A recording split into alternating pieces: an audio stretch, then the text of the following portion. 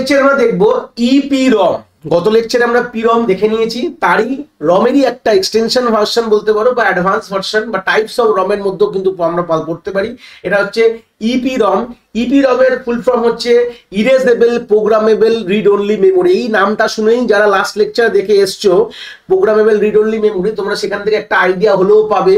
যারা এখনো দেখোনি আমি বলবো এই ভিডিও ডিসক্রিপশনে কিন্তু আমাদের কম্পিউটার আর্কিটেকচার এবং অর্গানাইজেশনের প্লেলিস্টের লিঙ্ক দেওয়া রয়েছে। ক্লিক করে প্লেলিস্টে ভিজিট করে আমি সিকোয়েন্সিয়ালি ভিডিও দিয়েছি। এর আগের ভিডিওটা পি রম বা তার আগের ভিডিও রম, এগুলো একটু দেখে নাও, আইডিয়াগুলো তোমাদের ক্লিয়ার হবে। আমি যথেষ্ট চাইবো এই লেকচারে ক্লিয়ার করবো আইডিয়াটা, বাট তাও আগেরগুলো দেখে নিলে ওটা তোমাদের আরো আইডিয়াগুলো ক্লিয়ার হতে থাকবে।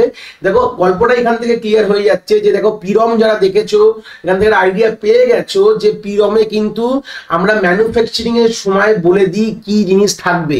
এটা রমে হয়তো বলতাম না, রমে ম্যানুফ্যাকচারাররাই রেখে দিত, ঠিক আছে, ম্যানুফ্যাকচারাররাই জিনিসপত্র রেখে দিত। কিন্তু পিরমে বলছে ম্যানুফ্যাকচারিং এর পরও হয়তো নিজে একটা ডিভাইস দিয়ে, যেটাকে বলা হয় পিরম প্রোগ্রামেবল ডিভাইস বলতে পারো, সেটার সাহায্যে আমরা প্রোগ্রাম করতাম বা ম্যানুফ্যাকচারকে বলে দিলে সেটা আমাদের ডিজায়ার কাস্টমাইজ ডেটা কিন্তু ওখানে রাখা যেত, কিন্তু একবারই রাখতাম, একের বেশি কিন্তু রাখতে পারবো না।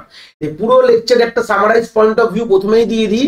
পিরম কি বলছে, ইপিরম কি বলছে, যেখানে তুমি যেটা চাইছো একবার রাখলে সেটা ম্যানুফ্যাকচারিং এর সময় হোক কি ম্যানুফ্যাকচারিং এর পরে হোক কোনো ব্যাপার না, করার পর তুমি কিন্তু ডিলিট করতে পারবে, মানে তুমি রিপ্রোগ্রামিং করতে পারবে, ওখান থেকে জিনিসটাকে মুছে তুমি জিনিসকে ওখানে রাখতে পারবে। এখানে কথা হচ্ছে যখন আমি মুছবো তখন তোমার এন্টায়ার রমকে ক্লিয়ার করতে হবে, সিলেক্টিভ মেমোরি সেলকে ক্লিয়ার করা যায় না। মানে ধরে নাও আমাদের যদি পুরো রমটা এরকম থাকে, দিস ইজ মাল্টিপল রম, এই পুরো রমটাকে একবারে ডিলিট করে দেবো। কি করে ডিলিট করবো তার পুরো ডিটেলস আমরা এই লেকচারে দেখবো। প্রথমে সামারি করে দিই ওভারভিউ, পুরো রমটাকে একবারে ডিলিট করব, করে আবার এর মধ্যে ডেটা রাখবো। এই হচ্ছে বেসিক গোল বলেছে ইপি রম। কিন্তু প্রথমেই আগে একদম সামারাইজ করে দিলাম, এখানে আমরা মাল্টিপল টাইম কিন্তু ডেটা এখানে রাইট করতে পারি, মানে ডিলিট করা যায়। এটা প্রথমে বন্ধ করে দেওয়া ছিল, একদম যারা বিগিনিং রম দেখে এসছো রমে বলেই ছিল যে এখানে অনলি রিড করা যায়, কিন্তু এরকম তো টেকনোলজি আসতে হবে, কিছু করার নেই, টেকনোলজি শুড বি অ্যাডভান্স, যেখানে আমরা আস্তে আস্তে জিনিসপত্রগুলো আরো ফ্লেক্সিবল দিকে নিয়ে যাচ্ছি।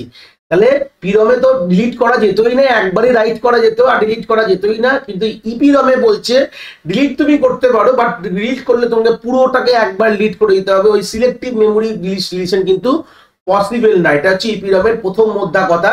এবার আমরা পয়েন্টসগুলোতে আস্তে আস্তে মুভ অন করছি। এটা তো প্রথমে জানো, it is a type of non volatile memory chip. Non volatile মানেই হচ্ছে ভোল্টেজ যদি সাপ্লাই না করো তখনও ডেটা ইনট্যাক্ট থাকবে, তাই জন্য এটাকে আমরা পার্মানেন্ট স্টোরেজ হিসেবে ইউজ করছি। প্রথম একদম যখন আমি মেমোরি টাইপস অফ মেমোরি দেখিয়েছিলাম, দুরকম মেমোরি হয়, সিকোয়েন্সিয়াল এবং র্যান্ডম, সেখানেই কথাটা বলেছিলাম। এটা কিন্তু সিকোয়েন্সিয়াল ফর পার্মানেন্ট স্টোরেজ, কিন্তু এটা নন ভোলাটাইল মেমোরি চিপ মানে ভোল্টেজ সাপ্লাই না পেলেও ডেটা কিন্তু ইনট্যাক্ট থাকবে মেমোরির মধ্যে, এটাই মেন গল্প।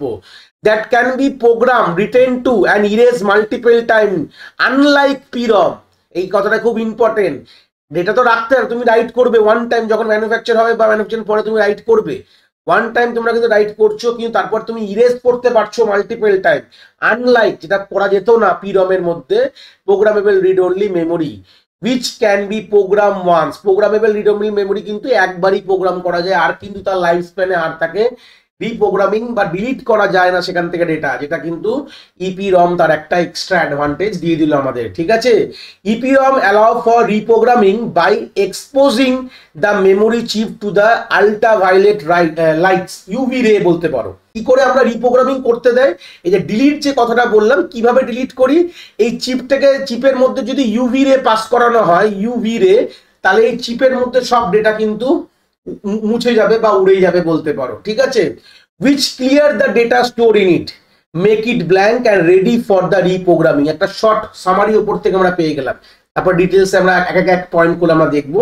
তাহলে আমরা বুঝে গেলাম যে ইপি রম সিম্পল কি কি বুঝলাম, যেটা একবার লিখলে মোছা যাবে। কি করে মুছবে, তুমি যদি ইপি রমের উপরে যদি ইউভি রে দিয়ে দাও তাহলে আরামসে কিন্তু ডেটা যা ছিল সবগুলো উড়ে যাবে, আর তুমি ফের তুমি রিপ্রোগ্রামিং করতে পারবে সিলেক্টেড রিপ্রোগ্রামিং হয় না, মানে সিলেক্টেড সেল ডিলিট করা যায় না, তোমায় করলে পুরো মেমোরিটা, হোল মেমোরিকে ডিলিট করতে হবে, পুরো একদম খালি করে তারপর এটা কিন্তু আবার তুমি রাখতে পারো। আরেকটা কথা হিন্টে বলে দিই, যে আমাদের যখন এই যে ইপি রম যখন তৈরি হয়, ধরে নেওয়া ইপি রমটা দেখতে কিছুটা এরকম হয়, এই ইপি রমের উপরে একটা স্টিকার লাগানো থাকে। কি লাগানো থাকে? একটা স্টিকার লাগানো থাকে।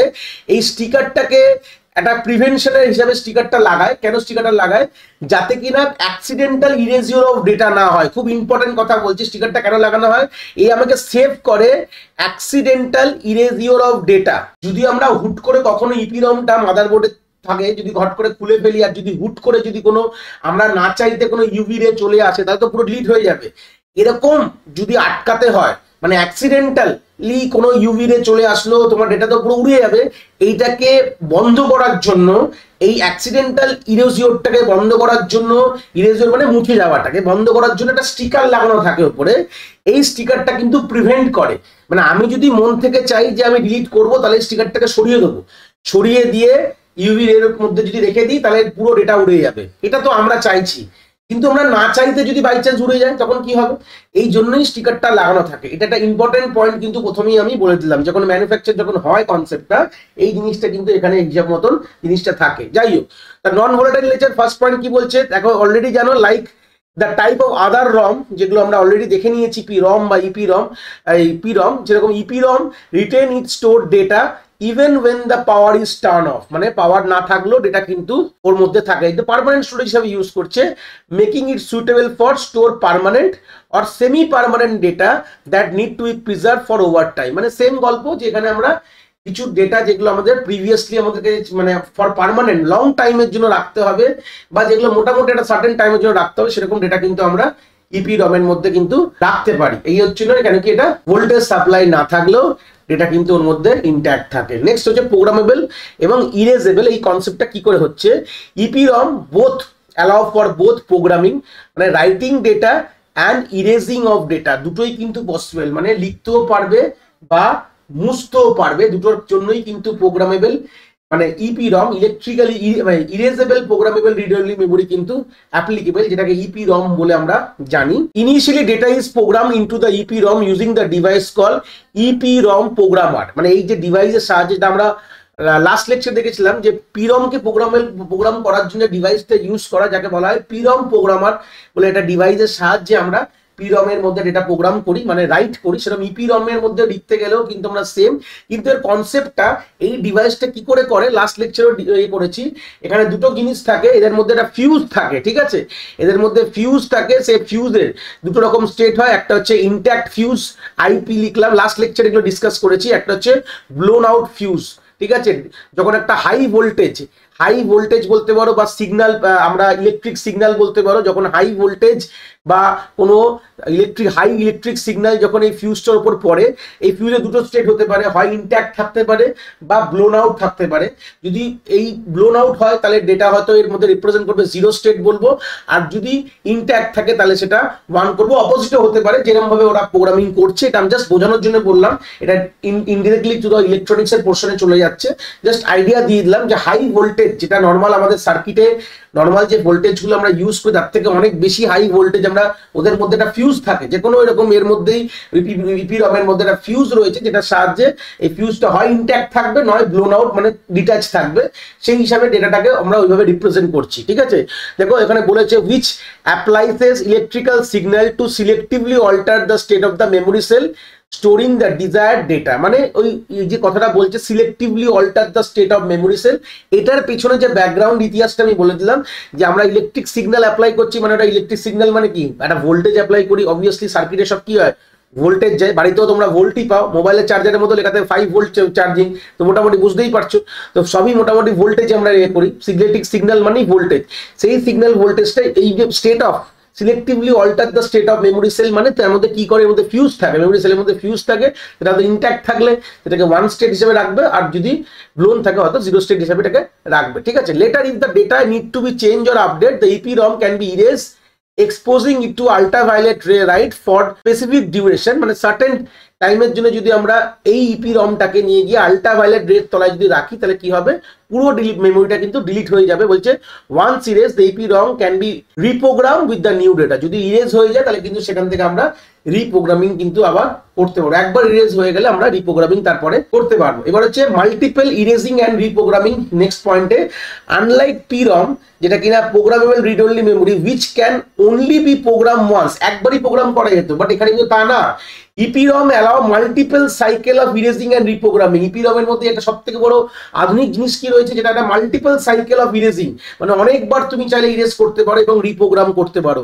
This make EPROM more flexible and suitable for application where data need to be updated or changed periodically। যদি এরকম কোন কোন জায়গায় এটা ব্যবহার করতে পারি, ইপিরম তো মাল্টিপল টাইমস ডিলিট করতে পারে এবং ডিলিট করে আবার রিপ্রোগ্রামিং করতে পারে। তো এরকম এটা কোন অ্যাপ্লিকেশন যারা কিন্তু বারবার ডেটাকে আপডেট হচ্ছে বা চেঞ্জ হচ্ছে, এরকম অ্যাপ্লিকেশনের ডেটা স্টোর করার জন্য কিন্তু ইপিরম কিন্তু খুবই প্রযোজ্যমূলক তোমরা বলতে পারো। নেক্সট হচ্ছে ইউভি ইরেজিওর। কি বলছে, erasing an EPROM involve exposing the memory chip to the UV light through a quartz window, বলতে পারো small quartz window on the top of the chip. মানে এই যে আমাদের ইপিরমের মধ্যে ওপরে যে বললাম না স্টিকারটা, স্টিকারের তলায় রয়েছে কি একটা কোয়ার্সড উইন্ডো, কিউডাব্লিউ লিখলাম, এটাকে আমি এপারে উপরে লিখছি। এই যে দেখতে পাচ্ছ স্টিকারটা, ওপরটা তো স্টিকার, এটা তো বললাম। এই স্টিকারের তলায় কি আছে, একটা তোমার কোয়ার্সড উইন্ডো, স্মল কোয়ার্সড উইন্ডো আছে।